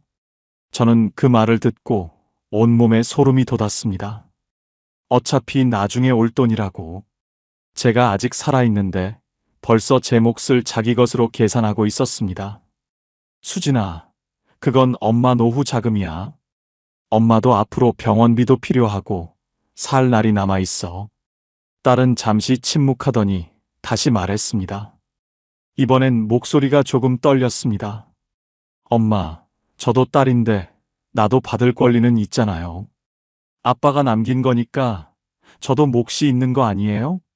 저만 왜 아무것도 못 받아요? 그 말에 저는 할 말을 잃었습니다. 권리라고. 딸이 지금 저한테 권리를 주장하고 있었습니다. 제가 죽기도 전에 유산을 나눠달라고 하고 있었습니다. 엄마 혼자 그렇게 많이 가지고 계셔서 뭐 하시게요? 솔직히 그 돈 다 엄마가 쓰실 수는 없잖아요. 엄마는 지금 당장 쓸 일 없으시잖아요. 딸의 목소리는 점점 더 간절해졌습니다. 저는 그 간절함이 저를 향한 게 아니라 돈을 향한 것임을 알았습니다. 딸은 지금 저를 엄마로 보는 게 아니라 돈을 가진 사람으로 보고 있었습니다. 수진아, 엄마도 살아갈 날이 있어. 그 돈으로 병원도 가야 하고, 병원은 건강보험으로 되잖아요. 엄마 지금 건강하시잖아요. 저는 지금 당장 15천만 원이 필요해요. 집주인이 다음 달까지 안 주면 나가라고 해요. 우리 애들 학교도 옮겨야 하고요. 딸은 계속 말했습니다. 자기가 얼마나 힘든지, 얼마나 급한지. 하지만 그 말들 속에서 저는 제 걱정은 하나도 들리지 않았습니다. 오직 돈만 보였습니다. 엄마 혼자 2억을 다 쓰실 건 아니잖아요. 조금만 나눠주시면 안 돼요? 1억만요. 아니면 5천만 원이라도요. 저는 전화를 끊고 한참을 그 자리에 서 있었습니다. 국은 이미 식어버렸고 밥도 다 퍼졌습니다. 하지만 저는 식탁 앞에 앉을 기력조차 없었습니다. 소파에 주저앉아 한참을 멍하니 있었습니다. 눈물이 났습니다. 분노도 아니고 서운함도 아닌 그냥 허망함 때문에 눈물이 났습니다. 제가 평생 키운 딸이 지금 저한테 뭘 요구하고 있는 걸까요? 돈일까요? 아니면 제 남은 삶을 포기하라는 걸까요? 한 연구 자료를 본 적이 있습니다. 노후 자산을 자녀에게 조기 이전한 경우 부모 자녀 관계 만족도가 오히려 낮아지는 경향이 있다고 합니다. 돈을 주기 전엔 자식이 부모를 찾지만 돈을 받고 나면 부모가 자식을 찾게 된다고 합니다. 저는 그날 밤 통장을 꺼내서 한참을 들여다봤습니다. 2억. 남편이 평생 모아준 돈이었습니다. 아니, 제가 앞으로 살아갈 돈이었습니다. 이 돈으로 병원도 가야 하고, 약도 사야 하고, 혹시 몸이 아파서 간병인이 필요하면 그것도 써야 합니다. 만약 딸에게 1억을 준다면 제게 남는 건 1억뿐입니다. 집 줄이면 5천만 원 정도 차액이 생길 테니 합쳐서 1억 5천. 조금이라도 큰 병이 생기면 바로 위태로워질 겁니다. 그럼 결국 자식들한테 손을 벌려야 할 겁니다. 그때 딸은 저를 도와줄까요? 아니면 엄마가 돈 다 쓰셨잖아요 하고 말할까요? 저는 그날 처음으로 깨달았습니다. 딸이 제게 돈을 부탁한 것이 아니라 제 남은 시간을 벌써 자기 몫으로 세고 있었다는 것입니다. 자식에게 다 내어주는 것이 사랑의 완성이 아니라 제 마지막 존엄을 내려놓는 일이 될 수도 있다는 것입니다. 그날 밤 잠을 설치고 나서 저는 며칠 동안 계속 생각에 잠겼습니다. 딸의 사정도 이해가 됐습니다. 전세금이 오른다는 건 정말 큰 부담이니까요. 게다가 딸은 아이도 키우고 있었습니다. 손주들이 학교를 옮겨야 한다는 말을 들으니 마음이 아팠습니다. 저는 며칠 동안 계산기를 두드렸습니다. 1억을 딸에게 준다면 어떻게 될까? 남는 1억에 집 차액 5천만 원, 그리고 연금. 한 달에 80만 원씩 나오는 연금. 못 살 건 아니었습니다. 조금만 아껴 쓰면 버틸 수 있을 것 같았습니다. 밤에 천장을 보며 생각했습니다. 딸이 힘들다는데 엄마가 도와주지 않으면 누가 도와주겠습니까?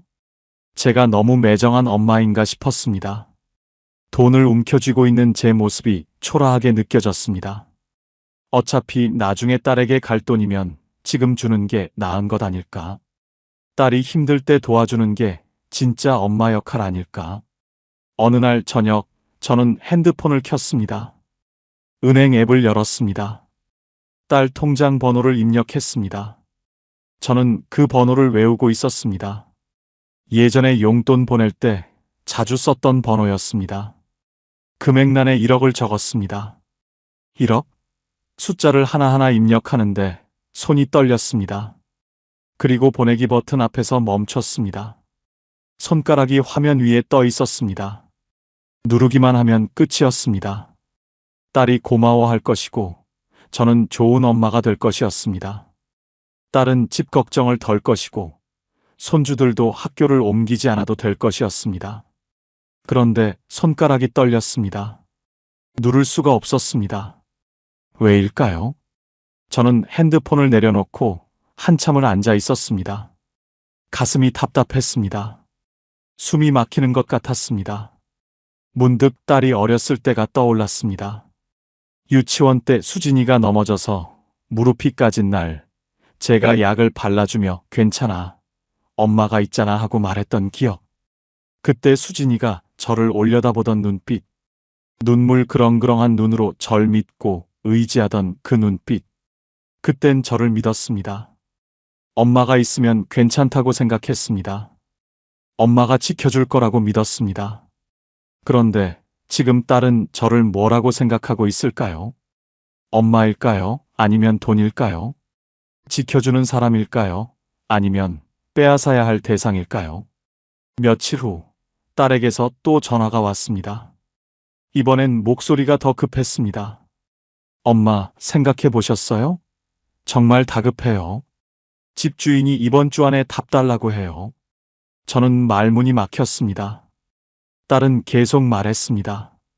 엄마, 제발요. 1억이 안 되면 5천만 원만이라도요. 그것만 있으면 대출 받아서 나머지는 메울 수 있어요. 5천만 원. 딸은 이제 금액을 줄였습니다.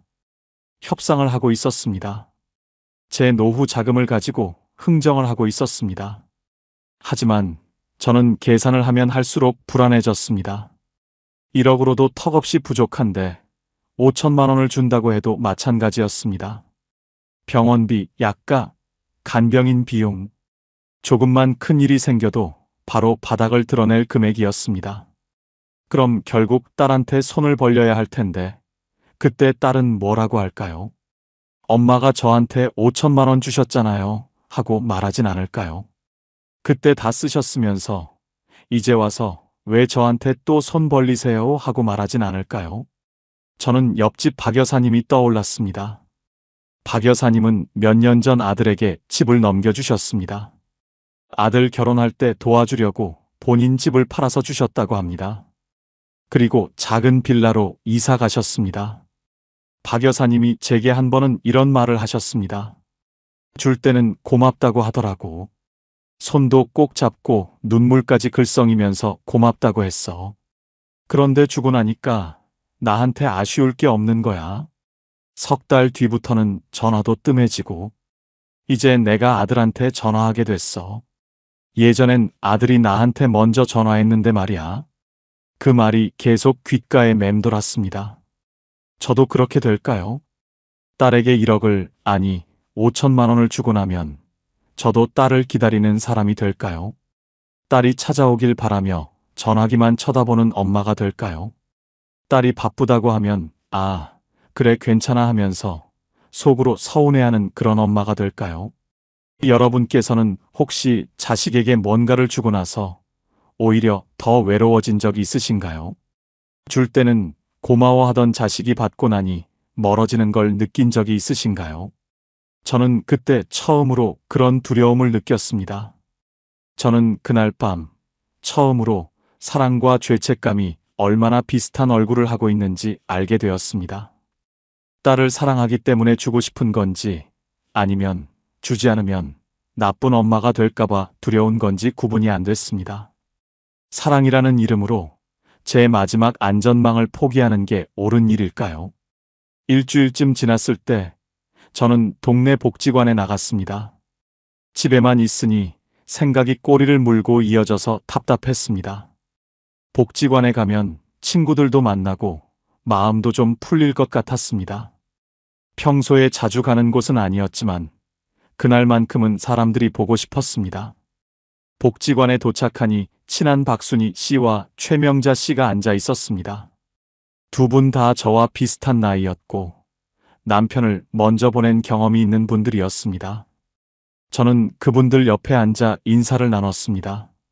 차를 한 잔 마시며 이런저런 이야기를 하다가 박순희 씨가 물었습니다. 요즘 어떻게 지내? 혼자 계시기 힘들지? 저는 괜찮다고 대답했지만 목소리에 힘이 없었나 봅니다. 최명자 씨가 제 얼굴을 유심히 보더니 물었습니다. 무슨 일 있어? 얼굴이 많이 수척해졌네. 저는 처음엔 아무 일 없다고 말하려 했습니다. 하지만 그분들 앞에서 마음이 무너졌습니다. 눈물이 날 것 같아서 고개를 숙였습니다. 박순희 씨가 제 어깨를 토닥이며 말했습니다. 우리끼리인데 뭘 숨겨? 말해봐. 저는 한참을 망설이다가 조금씩 이야기를 꺼냈습니다. 딸이 보험금 이야기를 꺼낸 것, 1억을 달라고 한 것, 제가 며칠 동안 고민하고 있다는 것, 5천만 원으로 줄여서 또 전화를 해온 것까지 다 이야기하고 나니 가슴이 조금 가벼워지는 것 같았습니다. 박순희 씨가 한숨을 쉬며 말했습니다. 아이고, 그것 때문에 그렇게 고민하고 있었구나. 나도 비슷한 일 겪어봐서 아는데 말이야. 3년 전 아들한테 집 팔아서 2억 줬어. 아들 사업 자금 필요하다고 해서. 처음엔 고맙다고 했지. 일주일에 한 번씩은 꼭 들렀고. 그런데 석 달쯤 지나니까 전화도 뜸해지고 찾아오는 것도 한 달에 한 번으로 줄었어. 지금은 명절 때나 볼까 말까야. 이번 추석 땐 안 왔더라고. 바쁘다고. 박순희 씨의 목소리에는 쓸쓸함이 묻어났습니다. 저는 가슴이 답답해졌습니다. 제가 걱정하던 일이 실제로 일어난 사례였습니다. 최명자 씨도 고개를 끄덕이며 말을 이었습니다. 나도 딸한테 5천만 원 준 적이 있어. 손주 학원비 보태라고. 그때는 딸이 엄마 고맙다고 울더라고. 손도 꼭 잡고. 근데 그 돈 주고 난 뒤로 딸 태도가 달라졌어. 예전엔 내가 뭐라고 하면 네 엄마하고 들었는데 이제는 대충대충 들어. 명절 때 설거지도 예전엔 같이 했는데 이제는 제 방에 들어가서 핸드폰만 봐. 돈 있을 때랑 돈 주고 난 뒤랑 완전히 다르더라. 최명자 씨가 덧붙였습니다. 화장실 갈 때 다르고 나올 때 다르다는 말이 있잖아. 꼭 그거야. 돈 받기 전엔 한 달에 서너 번씩 전화했는데 받고 나니까 이제 내가 전화하게 됐어. 그것도 한 달에 한 번 할까 말까야. 참 서글프더라고. 돈 줄 땐 손 꼭 잡더니 주고 나니까 전화도 짧아졌어. 두 분의 이야기를 들으며 저는 등골이 서늘해졌습니다. 제가 만약 딸에게 1억을, 아니 5천만 원을 준다면 저도 그렇게 될까요? 딸이 고맙다고 하는 건 처음뿐이고 시간이 지나면 저를 찾지 않게 될까요? 돈이 있을 때는 엄마였다가 돈을 주고 나면 그냥 늙은 사람이 될까요? 박순희 씨가 제 손을 꼭 잡으며 말했습니다. 내 말 잘 들어. 절대로 다 주면 안 돼. 살아있을 때 다 주면 자식 눈엔 엄마가 아니라 끝난 사람으로 보여. 돈이 있어야 자식들이 엄마를 엄마로 봐. 돈 다 주고 나면 그때부터는 짐이야. 줄 때는 엄마고 주고 나면 귀찮은 노인 되더라. 최명자 씨도 거들었습니다. 맞아. 돈 있을 땐 엄마가 어른인데 돈 주고 나면 그때부터는 눈치 보는 사람이 되더라. 너라도 꼭 움켜쥐고 있어. 나중에 아프거나 힘들 때 쓸 돈이 있어야 자식들한테 안 무시당해. 돈 없으면 그때부터는 정말 힘들어져. 두 분의 말이 제 가슴에 꽂혔습니다. 저는 그동안 딸의 입장만 생각했습니다. 딸이 힘들다는데 엄마가 도와줘야 한다고만 생각했습니다. 하지만 그분들 이야기를 듣고 나니 제가 너무 순진했다는 생각이 들었습니다. 사랑한다고 다 주는 게 능사가 아니었습니다. 오히려 그게 저와 딸 모두를 불행하게 만드는 일이 될 수도 있었습니다. 저는 그날 복지관에서 돌아오는 길에 많은 생각을 했습니다. 친구들의 이야기가 계속 머릿속을 맴돌았습니다. 돈 있을 때랑 주고 난 뒤랑 다르다는 말. 화장실 갈 때 다르고 나올 때 다르다는 말. 줄 때는 엄마고 주고 나면 귀찮은 노인이 된다는 말. 그 말들이 너무 생생하게 와닿았습니다. 집에 도착해서 거울을 봤습니다. 거울 속 제 얼굴은 많이 지쳐 보였습니다. 하지만 눈빛만은 조금 달라진 것 같았습니다. 흔들리던 마음이 조금씩 정리되는 느낌이었습니다. 저는 그날 처음으로 깨달았습니다. 내가 이상한 게 아니었다는 것입니다. 돈을 움켜쥐고 싶어하는 제가 나쁜 엄마가 아니라는 것입니다. 저는 그날 밤 처음으로 깊은 잠을 잤습니다. 며칠 만에 제대로 잔 잠이었습니다. 꿈속에서 남편이 나타났습니다. 남편은 아무 말도 하지 않았지만 제 어깨를 토닥여 줬습니다. 그 손길이 너무 따뜻해서 눈물이 났습니다. 저는 그날 알았습니다. 자식에게 다 주는 것이 사랑의 완성이 아니라는 것입니다. 내 삶을 끝났다고 선언하는 일이 될 수도 있다는 것입니다. 다음 날 아침, 저는 노트를 꺼냈습니다. 이제는 감정이 아니라 현실을 봐야 할 때였습니다. 앞으로 제가 살아갈 시간을 구체적으로 계산했습니다. 여성의 평균 수명이 85세 정도라고 합니다. 저는 지금 68세니까 앞으로 15년에서 20년 정도를 더 살 수 있다는 계산이 나왔습니다. 15년. 짧지 않은 시간이었습니다. 그 시간 동안 제게 무슨 일이 일어날지 아무도 모릅니다. 노트에 항목을 적어 내려갔습니다. 먼저 기본 생활비. 한 달에 100만 원 정도면 혼자 살기에 넉넉하지는 않아도 괜찮을 것 같았습니다. 1년이면 1200만 원, 15년이면 1억 8천만 원. 여기에 물가 상승률을 고려하면 2억은 필요했습니다. 다음은 의료비였습니다. 지금은 건강하지만 나이가 들수록 병원 갈 일이 많아집니다. 무릎이 안 좋아지면 수술해야 하고 치아도 임플란트를 해야 할 수 있습니다. 백내장 수술, 당뇨 관리, 혈압약, 골다공증 치료. 생각해보니 한두 가지가 아니었습니다. 1년에 500만 원은 잡아야 할 것 같았습니다. 15년이면 7,500만 원. 그리고 가장 무서운 건 간병비였습니다. 만약 제가 중풍이라도 오면 어떻게 될까요? 치매가 온다면요? 혼자서는 생활할 수 없게 되면 간병인을 써야 합니다. 간병인 비용이 한 달에 200만 원 정도 한다고 들었습니다. 1년이면 2,400만 원. 만약 5년만 간병이 필요해도 1억이 훨씬 넘습니다. 계산을 하면 할수록 등골이 서늘해졌습니다. 2억으로는 턱없이 부족했습니다.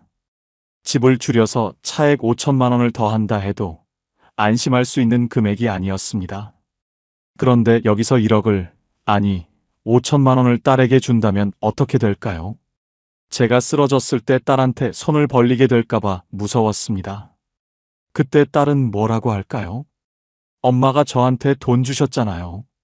그때 다 쓰셨으면서 이제 와서 왜 저한테 또 손 벌리세요 하고 말하진 않을까요? 그 말을 들을 바에야 차라리 지금 혼자 힘들게 사는 게 나을 것 같았습니다. 저는 다시 집 이야기를 생각했습니다. 지금 사는 아파트는 분명 혼자 살기엔 컸습니다. 방이 3개에 거실도 넓고 관리비도 한 달에 20만 원씩 나갔습니다. 겨울엔 난방비까지 합치면 30만 원이 넘었습니다. 1년이면 300만 원 가까이 관리비로 나가는 셈이었습니다. 15년이면 4,500만 원. 이것도 만만치 않은 돈이었습니다. 저는 부동산 앱을 켜서 동네 빌라들을 검색해 봤습니다. 엘리베이터가 있는 작은 빌라들이 꽤 있었습니다. 15평 정도면 혼자 살기에 적당했습니다. 가격도 지금 아파트보다 5천만 원에서 7천만 원 정도 저렴했습니다. 관리비도 한 달에 5만 원 정도면 될 것 같았습니다.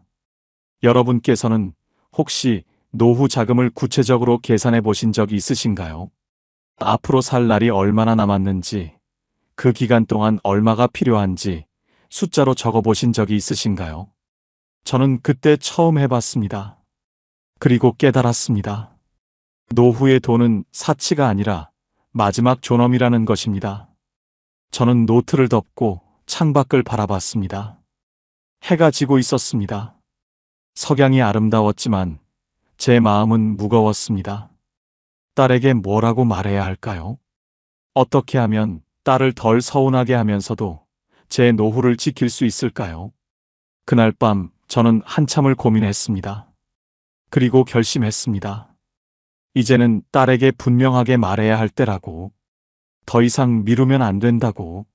사랑한다고 해서 제 삶까지 포기할 수는 없다고. 저는 그제야 알았습니다. 노후의 돈은 단순한 재산이 아니라는 것입니다. 그건 제가 자식들한테 짐이 되지 않고 스스로를 지키며 품위 있게 살아갈 수 있는 마지막 방패라는 것입니다. 다음 날 아침, 저는 딸에게 전화를 걸었습니다. 손이 떨렸습니다. 평생 자식한테 싫은 소리 한 번 제대로 못했던 제가 이제 거절을 해야 한다는 게 두려웠습니다. 하지만 더 이상 미룰 수 없었습니다. 수진아, 엄마야. 얼굴 보고 이야기하고 싶어. 시간 있으면 잠깐 집에 올 수 있어? 전화로 말씀하시면 안 돼요? 아니야. 얼굴 보고 이야기하고 싶어. 딸은 잠시 침묵하더니 알았다고 했습니다. 오후 2시쯤 온다고 했습니다. 저는 전화를 끊고 한참을 앉아 있었습니다. 가슴이 두근거렸습니다. 제대로 말할 수 있을까? 딸이 서운해하면 어떡하지? 여러 생각이 머릿속을 스쳤습니다. 오후 2시 딸이 도착했습니다. 현관문을 열고 들어서는 딸의 표정은 굳어 있었습니다. 뭔가 좋지 않은 이야기를 들을 것 같다는 걸 이미 알고 있는 표정이었습니다. 딸은 소파에 앉았고 저도 딸 맞은편에 앉았습니다. 잠시 침묵이 흘렀습니다. 저는 먼저 입을 열었습니다. 수진아, 며칠 동안 엄마가 정말 많이 생각했어. 내가 전세금 때문에 힘들다는 거 알아? 엄마도 도와주고 싶어. 내가 손주들 학교 옮기는 거 생각하면 마음이 아파. 딸의 눈에 기대감이 살짝 떠올랐습니다. 하지만 저는 거기서 멈추지 않았습니다. 근데 엄마는 그 돈 못 준다. 딸의 표정이 굳었습니다. 저는 계속 말했습니다. 1억은 내가 요구한 금액이고 5천만 원도 마찬가지야. 엄마는 그걸 줄 수 없어. 이 돈은 엄마 노후 자금이야. 엄마도 앞으로 15년, 20년을 살아야 해. 병원비도 필요하고, 혹시 몸이 아파서 간병인이 필요하면 그것도 써야 하고. 저는 노트를 꺼내서 딸에게 보여주었습니다. 제가 며칠 동안 계산한 내용들이 빼곡히 적혀 있었습니다. 봐. 생활비, 의료비, 간병비. 다 계산해봤어. 2억도 사실 부족해. 그런데 내한테 1억을 주면 엄마는 정말 위태로워져. 5천만 원을 줘도 마찬가지고. 딸은 노트를 흘끗 보더니 고개를 돌렸습니다. 그리고 말했습니다. 엄마는 왜 그렇게까지 하세요? 어차피 나중에 저한테 올 돈이잖아요. 지금 주시면 안 돼요? 그 말에 저는 가슴이 철렁했습니다. 어차피 나중에 올 돈이라고. 제가 죽어야 받을 수 있는 돈이라고. 딸은 지금 제 죽음을 전제로 이야기하고 있었습니다. 수진아, 그 말은 엄마가 빨리 죽어야 내가 돈을 받을 수 있다는 뜻이니? 엄마 살아있을 땐 내 돈이 아니야. 엄마 돈이야. 딸의 얼굴이 붉어졌습니다. 제 말이 너무 직설적이었나 봅니다. 하지만 저는 물러서지 않았습니다. 엄마가 집은 줄일 거야. 이 아파트 팔고 작은 빌라로 갈 생각이야. 혼자 살기엔 여기가 너무 크고 관리비도 부담돼. 작은 데로 가면 차액이 좀 남을 거야. 하지만 현금은 엄마가 쥐고 있을 거야.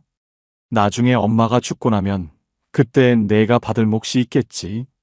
하지만 지금은 아니야. 딸은 눈물이 글썽했습니다. 서운함과 분노가 섞인 표정이었습니다. 엄마, 저도 받을 권리 있는 거 아니에요?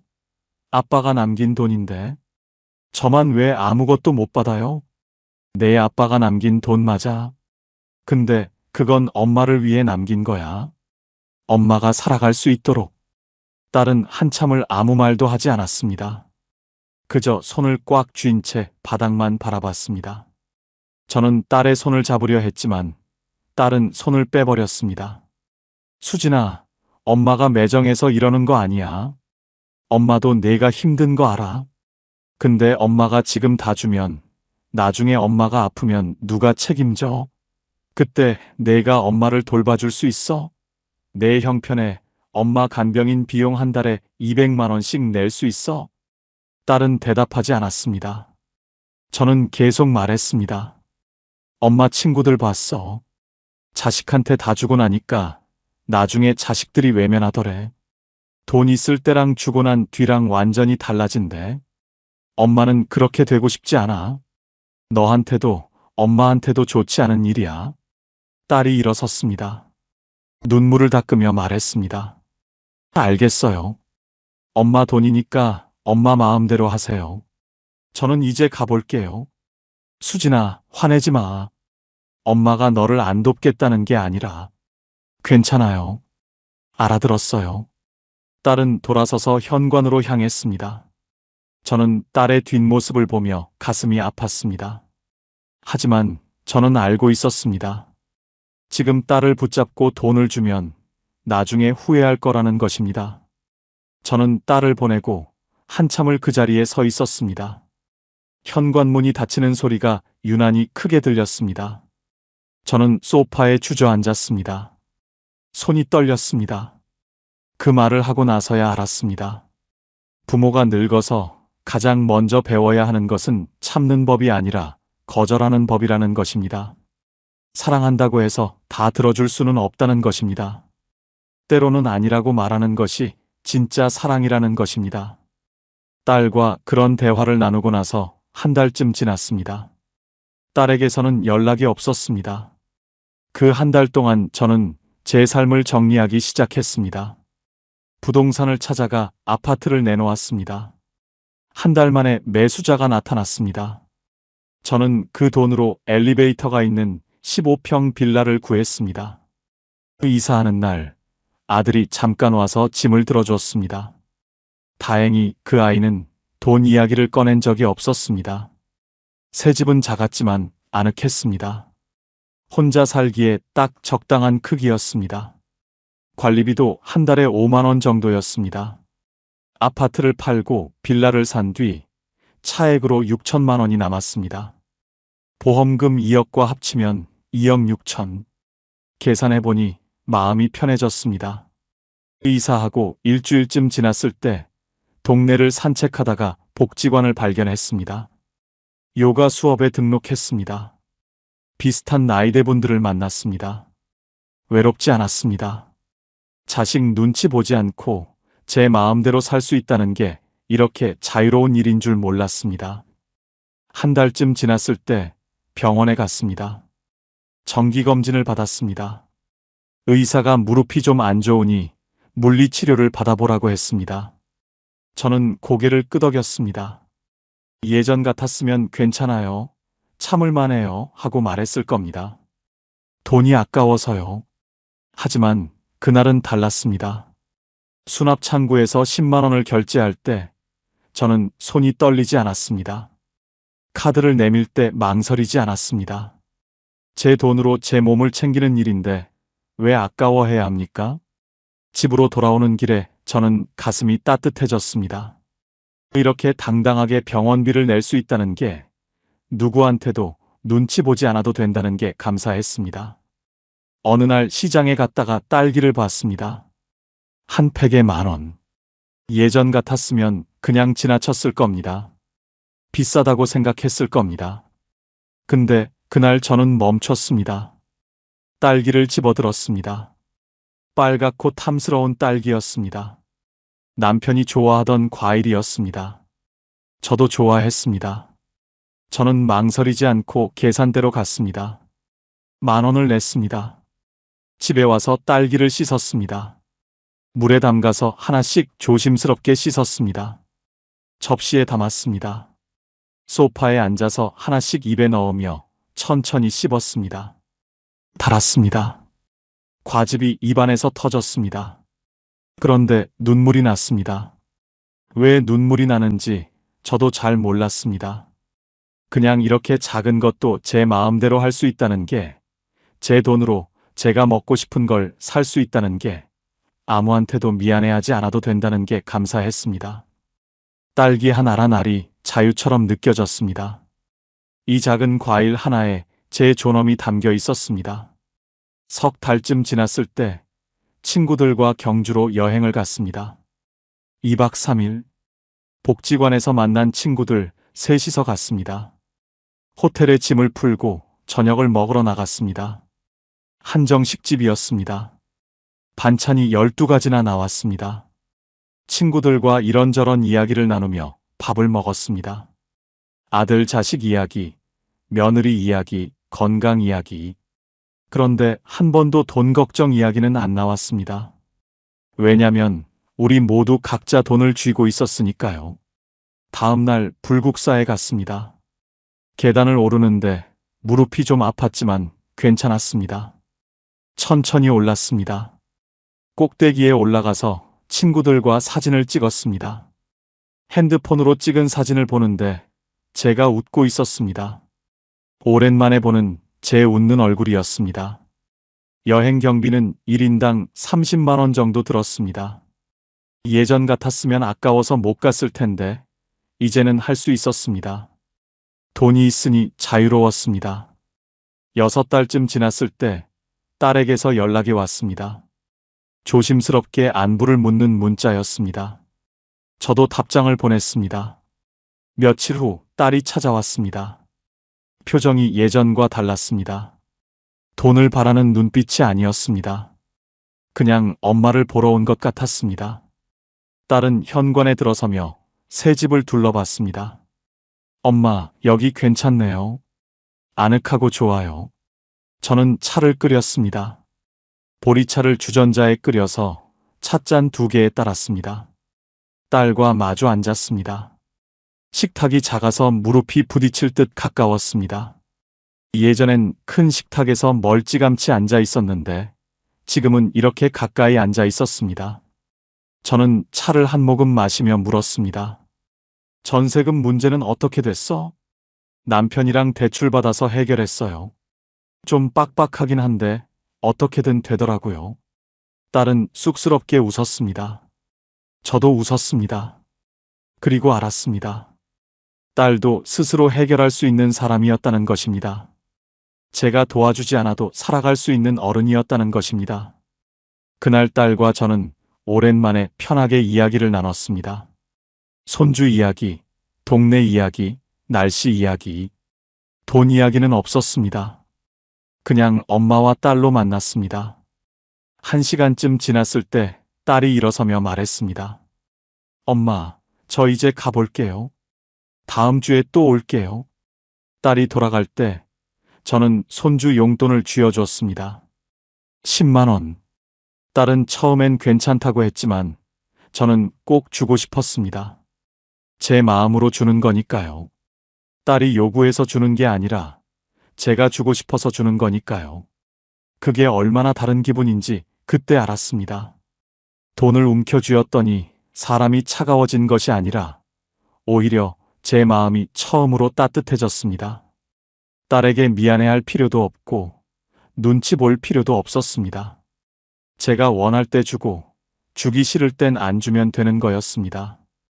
그게 진짜 자유였습니다. 1년이 지났습니다. 새 집에서의 생활은 평온했습니다.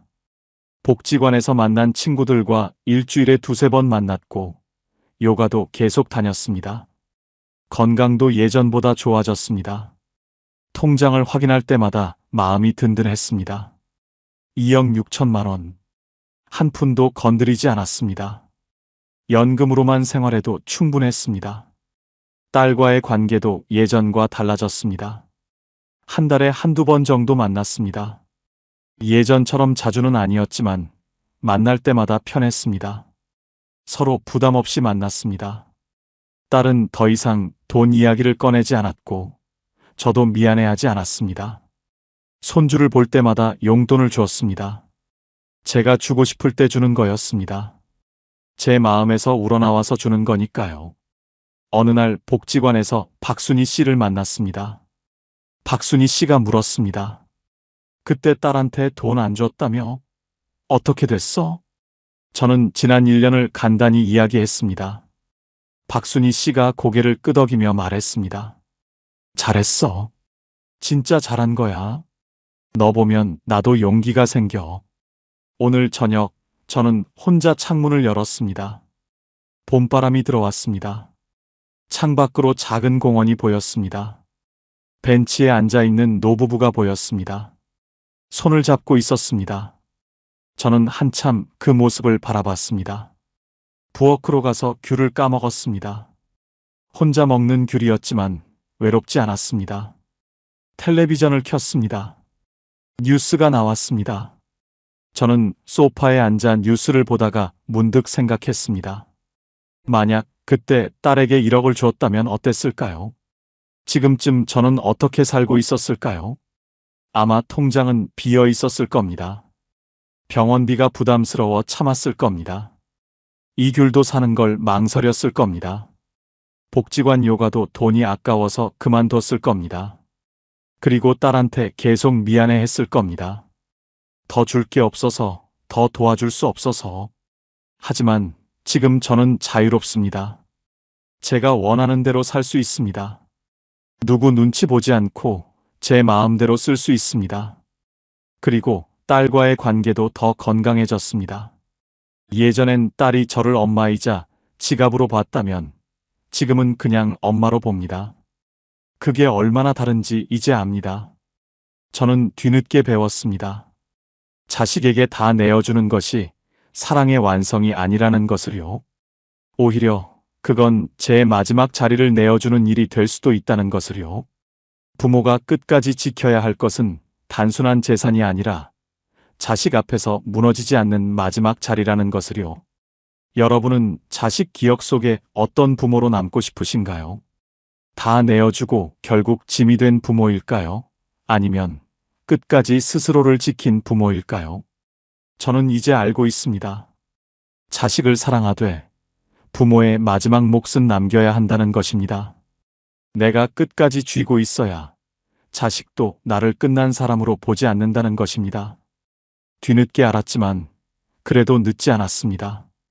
저는 귤 껍질을 쓰레기통에 버리고 손을 씻었습니다. 거울을 보니 제 얼굴이 보였습니다. 주름이 늘었지만 표정은 편안했습니다. 저는 거울 속 제 눈을 보며 생각했습니다. 이제 저는 행복합니다. 통장에 돈이 있어서가 아니라 제 삶을 제가 결정할 수 있어서 행복합니다. 자식에게 미안해하지 않아도 되어서 행복합니다. 제 자리를 지켰기에 행복합니다. 오늘도 여러분들에게 배움이 되는 이야기를 전해드리고 싶었습니다. 만약 지금 여러분께서 자식 때문에 고민하고 계신다면, 자식이 돈을 요구해서 마음이 흔들리고 계신다면 이것만은 기억하시기 바랍니다. 사랑한다고 해서 다 줄 필요는 없습니다. 때로는 거절하는 것이 진짜 사랑입니다. 여러분의 노후는 여러분 것입니다. 그 자리만은 끝까지 지키시기 바랍니다. 오늘 이야기가 여러분 마음에 작은 울림으로 남았기를 바랍니다. 혹시 비슷한 경험이 있으시거나 어떤 생각이 드셨는지 댓글로 나눠주세요.